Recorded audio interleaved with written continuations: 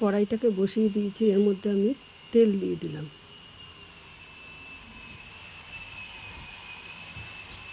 তেলটা গরম হয়ে গেলে এর মধ্যে আমি দিয়ে দেবো ফুলকপি ভাজা। ফুলকপিগুলোকে আগে আমি ভাপিয়ে নিয়েছি একটু গরম এসে।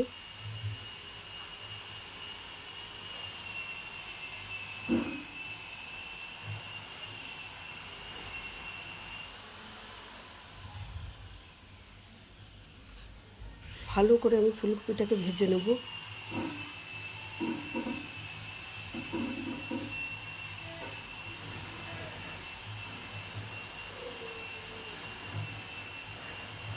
এর মধ্যে 1 চামচ নুন দিয়ে দিলাম, আর 1 চামচ আমি হলুদ গুঁড়োও দিয়ে দেবো এর ভিতরে।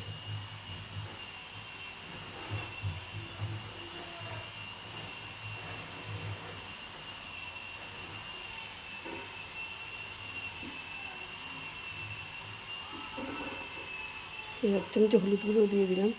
এবার ভালো করে আমি কপিটাকে ভেজে নিচ্ছি।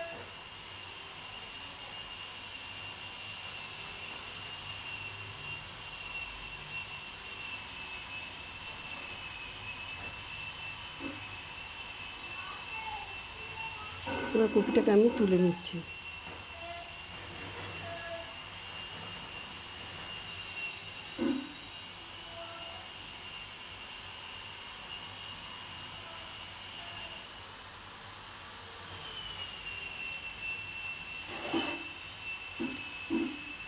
এবার এই তেলের ভেতরে জিরে আর তেজপাতাটা ফোড়ন দিলাম, দিয়ে এর ভেতরে দিয়ে দেবো আমি আলুটাকে।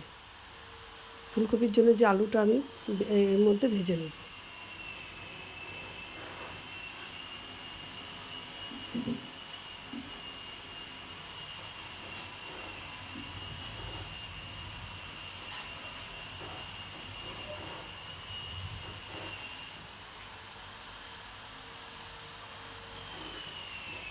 আলুর ভিতরে দিয়ে দেবো আমি 1 চামচ নুন, আর দিয়ে দেবো হলুদ গুঁড়ো।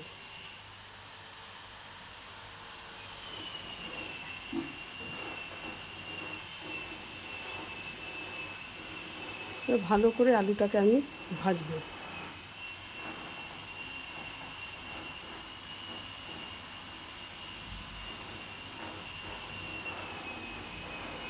এর মধ্যে আমি একটা বাটির মধ্যে একটু জল নিয়েছি, তার মধ্যে আমি 3 চামচ মতন জিরের গুঁড়ো দিচ্ছি।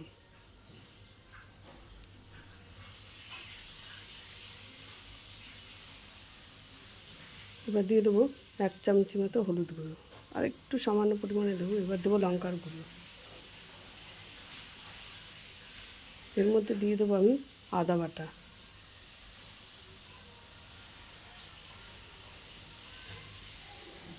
আদাটা ফ্রিজে রাখার জন্য আমার একটু শক্ত হয়ে গেছে।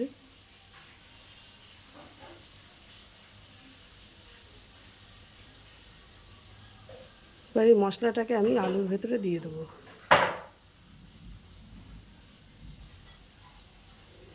এবার ভালোভাবে আলুটাকে মশলাটা দিয়ে আমি ভালো করে কষিয়ে নেব।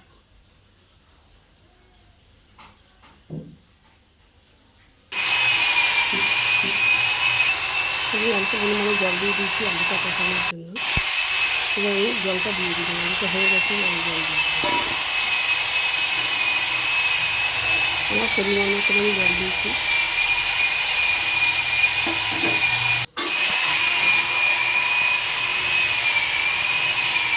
ঝোলটা আমার ভালো করে ফুটে গেছে, আলুটাও ফুটে গেছে। এবার আমি সবজিগুলো দিয়ে দিলাম।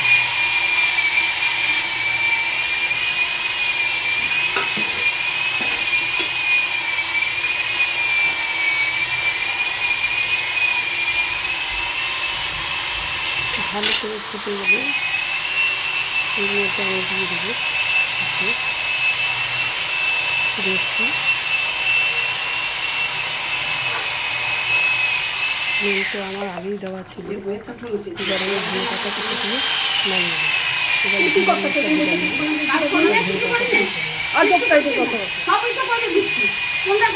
সব দিয়ে দেবো। এদিকে মান দিলে ওদিকে দেরি হয়, সেই জন্য বললাম যে তুই দরকার নেই, কোনটা না করবো।